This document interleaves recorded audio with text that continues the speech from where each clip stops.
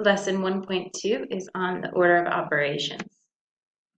In this video, you will learn to evaluate numerical expressions by using the order of operations and evaluate algebraic expressions by using the order of operations. Okay, so your vocabulary for this section is evaluate and order of operations. Okay, so first thing we want to do is be able to evaluate powers. So if we think of 2 to the 6th power, remember the power is the number of times the number in the base is multiplied by itself. So this is 2 times 2 times 2 times 2 times 2 times 2. So 6 2s. And that is equal to 64.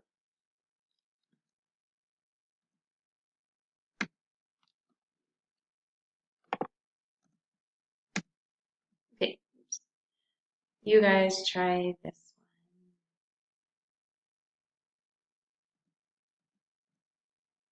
one. Okay, so in order to evaluate expressions, we need to know how to use the order of operations. So the order of operations, you first evaluate expressions inside of grouping symbols. So we're going to put a G for grouping symbols.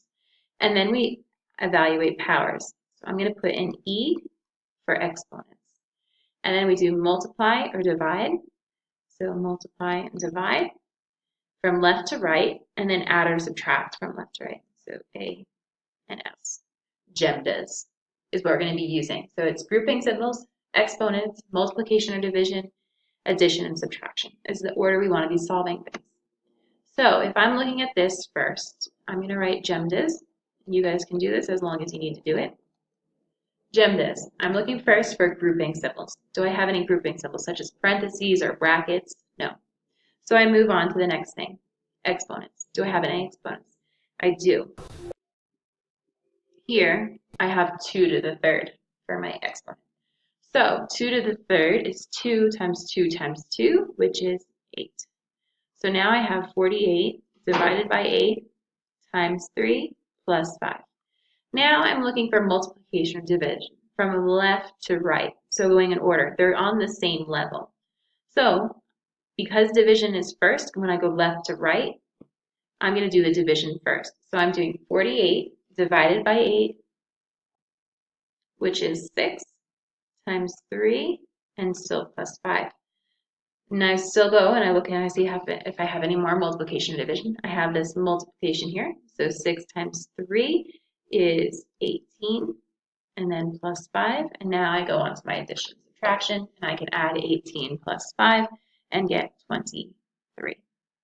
So my answer there is 23. Okay, you guys try this one.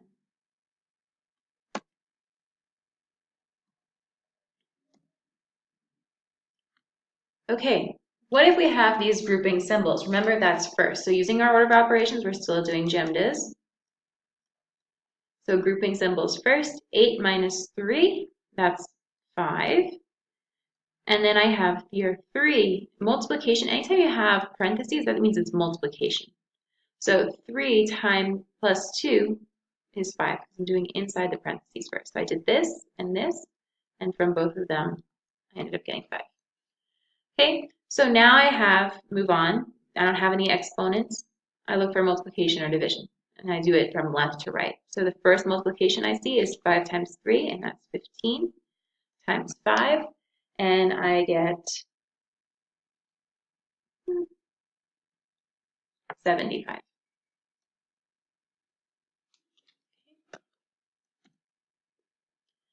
If I want to do this one, again, I first start with GEMDAs, so I'm looking for grouping symbols. So here I have these brackets, but then within the brackets, I have more grouping symbols.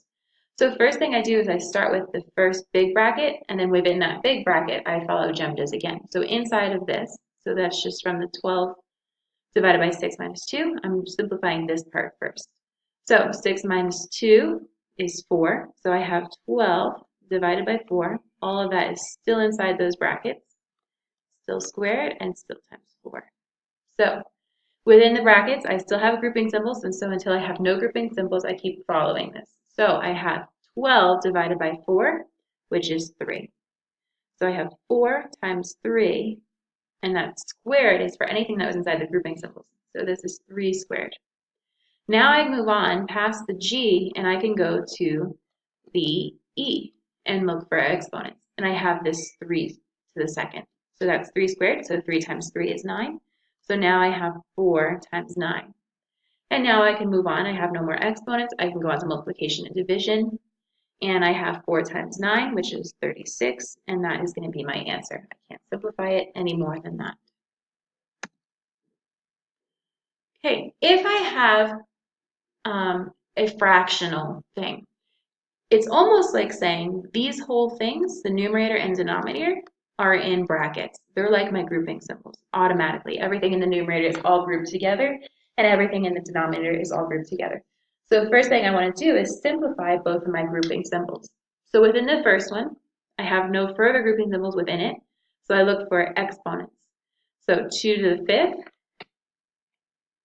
is 2 times 2 times 2 times 2 times 2. I think that's 5 times. And I get 32. So I have 32 minus 6 times 2. And on the bottom, I have exponent here, 3 to the 3rd. That's 9 times 3, which is 27, minus 5 times 3 minus 2. Okay, now I have no more exponents. So now within the numerator and within the denominator, I'm looking for multiplication and division. So in the numerator, I have 6 times 2, which is 12.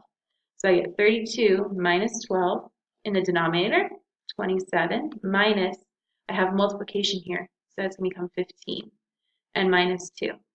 Now I have no more multiplication or division within the numerator and within the denominator, so I move on to addition and subtraction. So 32 minus 12 is 20, and on the bottom, 27 minus 15, doing that first one, 27 minus 15 is 12, and I have minus 2. So then I do that, 12 minus 2 is 10. And now once I have just a single number in numerator and denominator, now my grouping symbols for the numerator and denominator, these that I was talking about, you can ignore them, and now you can divide. So 20 divided by 10 is 2. Okay, you guys try these.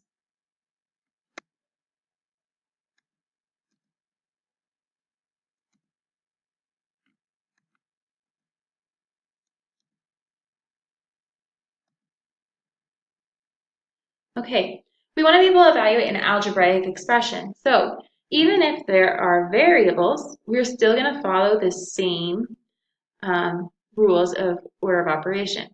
I'm just putting in these values for my x, y, and z.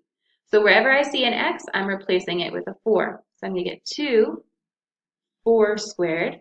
Instead of y, I'm putting in 3, minus 3, plus z, instead of z, I'm putting 2, so it becomes 2 squared. And now I'm going to follow my order of operations. So I'm first looking for grouping symbols. I have that here. Within the grouping symbols, now I'm restarting this. So I'm looking for grouping symbols within it. There are no more. E, exponents, I have 4 squared, which is 16. So I'm going to replace that first. Okay, and then I'm looking for multiplication and division within my grouping symbols. I don't have any. So then I go on to addition and subtraction. I have 16 minus 3 is 13. And now I can leave that like that. Okay, so now I don't have any more grouping symbols. I have these, but there's nothing to do within it, so I can leave it. Which I can think of this as multiplication if it's easier for you to visualize it like that. Okay, so now once I move past grouping symbols, I go on to exponents. I have 2 to the 4th, which is 16, and I can replace that, and I have 2 times 13. Now I have no more exponents. I look for multiplication and division. I have 2 times 13, which is 26. And I have plus 16. Now I have no more division or multiplication. I move on to addition and subtraction. So 26 plus 16 is 42. So my answer is 42. Okay, you guys do this one.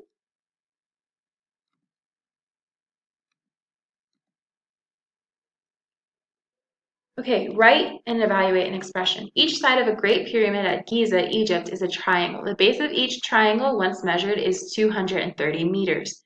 The height of each triangle, once measured, is 187 meters. The area of the triangle is 1/2 the product of the base and its height. Write an expression that represents the area of this one side of the Great Pyramid.